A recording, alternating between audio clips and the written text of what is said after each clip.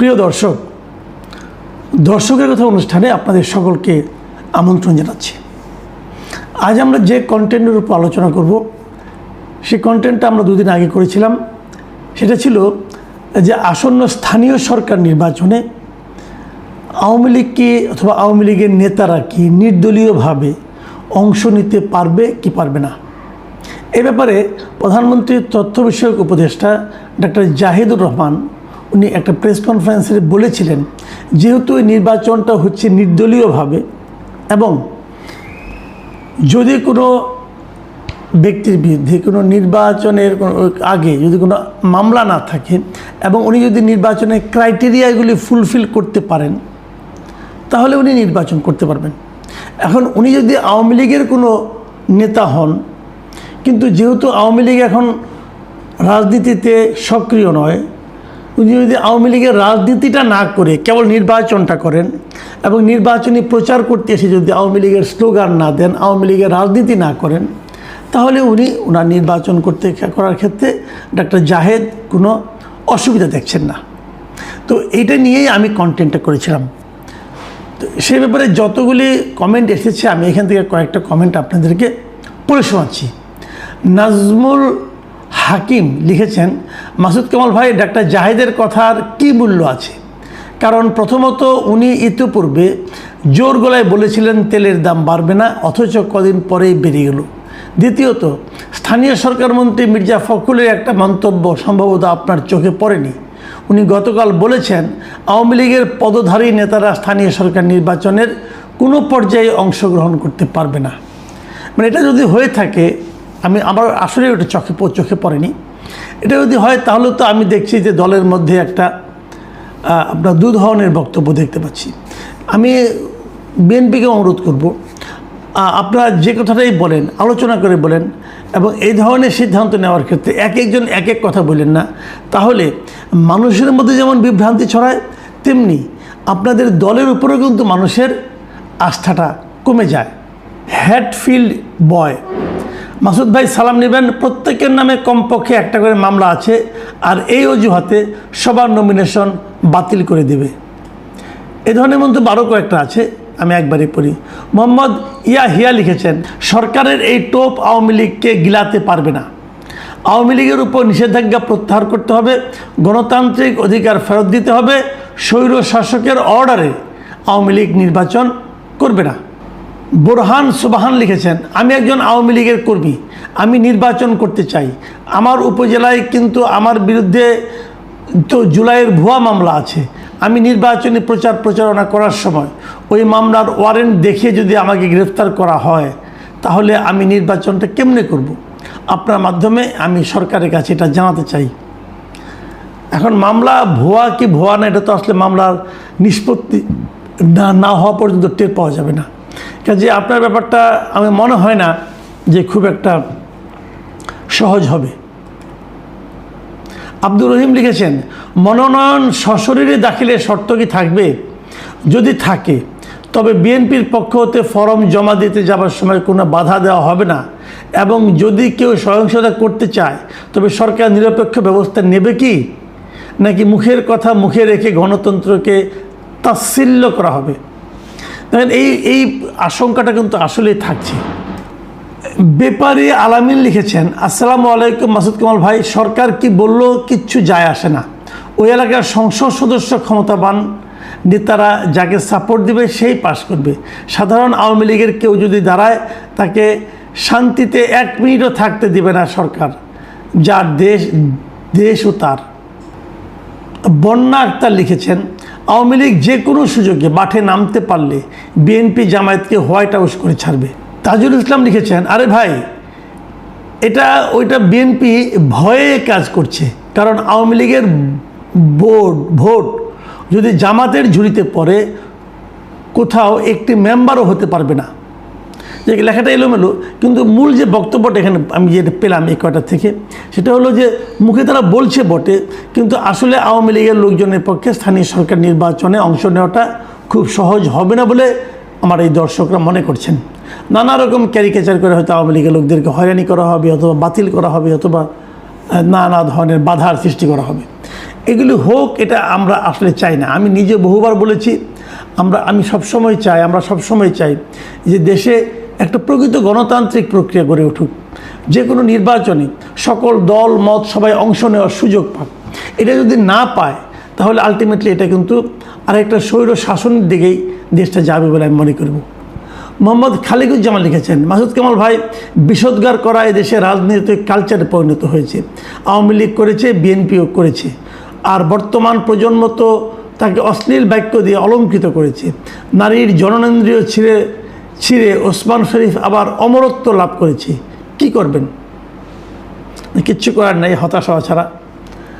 শুভ লিখেছেন, জনাব জাহিদুর রহমান এক টকশোতে বলেছিলেন তিনি আওয়ামী লীগকে দলই মনে করেন না।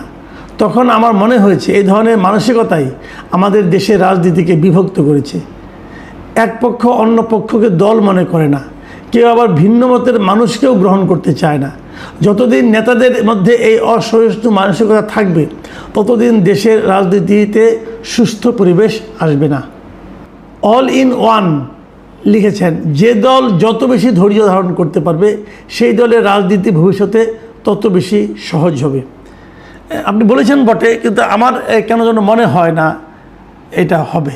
কারণ আমি মনে করি ধৈর্য তো অনেকে ধারণ করবে, তাহলে তারা পরবর্তীতে আবার ভালোও করলো, কিন্তু তো দেশের লাভটা কী হলো? আমরা তো চাই যে সকল দলই যার যার মতো করে রাজনীতি করবে, যার যার বক্তব্যকে সামনে নিয়ে আসবে। এখন আওয়ামী লীগকে দৌড়ানোর উপরে রাখানো হয়েছে। এখন যদি আপনি কি বলেন আওয়ামী লীগকে যে আপনার ধৈর্য ধরে 10 বছর চুপচাপ থাকেন, তো সেটা কি ঠিক হবে? আমি জানি না, হতে পারে। সোহাগ জোয়ারদার লিখেছেন, জামায়াত এবং ইউনূসের এজেন্ডা বাস্তবায়ন করতে গিয়ে বিএনপি তার সক্রিয়তা হারাচ্ছে। মুয়াজ্জেম হোসেন লিখেছেন, বারের নেতারা দলের হাইকমান্ডের সম্মতি নিয়ে আওয়ামী পন্থীদের নির্বাচনের বাইরে রেখেছেন বলে আমার মনে হয়। এই আশঙ্কাটা কিন্তু অনেকে করেছেন। অনেকে ভাবছেন যে বার নির্বাচন যেটা হয়েছে, এবার সুপ্রিম কোর্ট বারে যে নির্বাচনটা, যেখানে আওয়ামী লীগের প্রার্থীদেরকে সম্পূর্ণ নির্বাচনের বাইরে রাখা হয়েছে, তাদের ধারণা এটার সঙ্গে বিএনপির হাইকমান্ডের যোগাযোগ আছে। বিএনপি হাইকমান্ড চেয়েছেন বলেই তারা এরকম করেছেন। যদি সেটা হয়ে থাকে, আমি কিন্তু সেটা রাজনীতির ক্ষেত্রে একটা অশনি সংকেত হিসাবেই বিবেচনা করব। ওই একই বিষয়ে আরেকটা মন্তব্য রেখেছেন রুহুল আমিন। তিনি লিখেছেন, তারেক রহমানের ইশারা ছাড়া কি সুপ্রিম কোর্টের ঘটনা ঘটেছে? আমি সেই কথাটা আগেও বলেছিলাম, এখনও বলছি যে দেখুন, যা কিছুই ঘটবে বিএনপি অথবা বিএনপির অঙ্গ সংগঠন অথবা যারা বিএনপিকে সমর্থন করে সেই সমস্ত ব্যক্তিরা যা কিছু ঘটাবেন এই সমাজে, আলটিমেটলি এই সব কিছুর প্রভাব যে পড়বে তারেক রহমানের উপর। কাজেই তারেক রহমানকে এবার সতর্ক হতে হবে যে কে কাজ করছে। হয়তো তারা করছে নিজের স্বার্থে, কিন্তু দায়টাকে কিন্তু নিতে হচ্ছে তাকে। ইকবাল মেহেদি লিখেছেন, জনাব, ঢাকা বিশ্ববিদ্যালয়ের ছাত্রছাত্রীরা পান থেকে চুন খসে পড়লে তারা যে আন্দোলন করে, প্রতিবাদ মিছিল করে, মশাল মিছিল করে, কিন্তু আমেরিকার সাথে গোলামির চুক্তি ও হামে 3,000 শিশুর মৃত্যু ও 90,000 শিশুর আক্রান্ত হওয়ার পরও তারা কোনো কথা বলেনি। এর রহস্য কী? এটা নিয়ে আপনার গবেষণা ও বিশ্লেষণ চাই। বা এটা গবেষণা ও বিশ্লেষণ দরকার নাই, এটা বলাই যায়। কারণ তাদের মূল দল চায় না। আমি আগেও বলেছি, আমাদের ছাত্র দলগুলো, ছাত্র সংগঠনগুলো আসলে মূল দলের লেজুরের মতো কাজ করে। ধরেন আপনি একটা প্রাণী, গরু বলেন, গরুর একটা লেজ আছে। এই লেজটা কি আপনি নড়বে নাকি গরু নাড়ালে পরে নড়বে? ভাবুন এভাবে। তো এরা যদি মূল দলের লেজ হয়, তাহলে মূল দল যদি বলে তাহলে লেজ নড়বে, ছাত্র সংগঠন চিৎকার চেঁচামেচি করবে। আর যদি মূল দল চুপ থাকে তাহলে ওখানে ওরাও চুপ থাকবে, এটাই স্বাভাবিক। তো এখানে আমাদের মূল যে দলগুলো, কি বলেন বিএনপি, কি বলেন জামাত ইসলামী, এরা তো মার্কিন চুক্তি নিয়ে কোনো কথা বলবে না। এই কারণে তারা তো চুক্তির সঙ্গে ছিল। এই চুক্তির সঙ্গে বিএনপি এবং জামাত ইসলাম জড়িত। এটা তো ডক্টর খলিলুর রহমান নিজেই বলেছেন, পররাষ্ট্রমন্ত্রী নিজেই বলেছেন যে তাদের সঙ্গে আলাপ করেই তারা চুক্তি করেছে। কিন্তু যদি এই দল চুক্তির সঙ্গে জড়িত থাকে, দেশ বিক্রি বলেন আর গোলামি চুক্তি বলেন, যাই বলেন আপনি, তার সঙ্গে যদি এই দুটো দল জড়িত থাকে, তাহলে এই দুটো দল কথা বলবে কেন? এখন যদি এই দুটো দল কথা না বলে, তাহলে তাদের ছাত্র সংগঠনই বা কথা বলবে কেন? যেটা আপনি দেখছেন যে ছাত্র সংগঠন কেউ কোনো কথা বলছে না, এর মূল কারণ হলো যে ওনারা যাদের লেজ, তারা তো কিছু বলছে না, তারা তো লেজ নাড়াচ্ছে না, লেজ নাড়ালে লেজ নড়বে না। এটা শেষ মন্তব্য। এই মন্তব্যটা লিখেছেন ক্যাপ্টেন আইয়ান, লিখেছেন যে মাসুদ কামাল ভাই, আপনাকে অনেক ভালোবাসতাম, নিয়মিত আপনার অনুষ্ঠানমালা দেখতাম, কিন্তু আপনি টেলিভিশন চ্যানেলে পুরো ডাক্তার সমাজকে হেয় প্রতিপন্ন করে মানহানিকর বক্তব্য দিয়েছেন। ভালো খারাপ সব জায়গায় আছে, কিন্তু আপনি ঢালাওভাবে সবাইকে অপমান করেছেন। হ্যাঁ, এই মন্তব্যটা নিয়ে আসলে অনেকগুলো মিডিয়াতে এরই মধ্যে বলাবলি হচ্ছে, সোশ্যাল মিডিয়া বলাবলি হচ্ছে, ডাক্তাররা মানববন্ধন করছেন, মিছিল করছেন, অনেক কিছু হচ্ছে দেখছি। এখানে আমি একটা কথা বলি, যারা এগুলো করছেন আমার ধারণা তারা কেউই আসলে আমি কি বলেছি পুরোটা দেখেননি। দেখলে তারা এতটা এরকম ঢালাও মন্তব্য করতে পারত। আপনার কাছেও আমার ধারণা, আপনারও ধারণা যে আপনি পুরোটা দেখেছেন কিনা আমি জানি না। আমি পুরো ডাক্তার সমাজের জন্য কথাটা বলিনি। আপনি দেখবেন ওখানে বলা হয়েছে, শুরুতেই আমি বলেছি যে কমনলি একটা শব্দ ইউজ করা হয়েছে। কমনলি অর্থ কী? সাধারণভাবে, মানে সবাইকে বলা হয়নি, কিন্তু মাথায় রাখবেন। আবার শুরুতেই আমি বলার আগে একবার সরিও বলে নিয়েছি, যে সেটা ব্যাপার না। তারপরেও আমি এটা নিয়ে একাধিক ব্যাখ্যা দিয়েছি। আমারই এই অন্য মঞ্চকে চ্যানেল আছে আমার, সেই চ্যানেলের ডাক্তার আব্দুল নূর তুষারের সঙ্গে আমি একটা ইন্টারভিউ করেছি, এবং সেই ইন্টারভিউর মূল বিষয় ছিল এটা।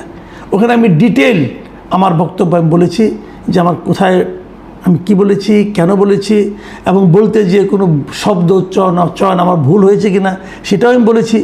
আমি আপনাকে প্লিজ অনুরোধ করব ওই অনুষ্ঠানটা একবার দেখেন, তাহলে আমার ধারণা আমাকে আপনি অনেক ভালোবাসতেন, এখন বাসেন না, এটা মনে হয় এই কারণে অন্তত হবে না। অন্য কোনো কারণে আপনি আমাকে ভালো নাও বাসতে পারেন, কিন্তু এই কারণে ভালো না বাসার কোনো কারণ আমি দেখি না।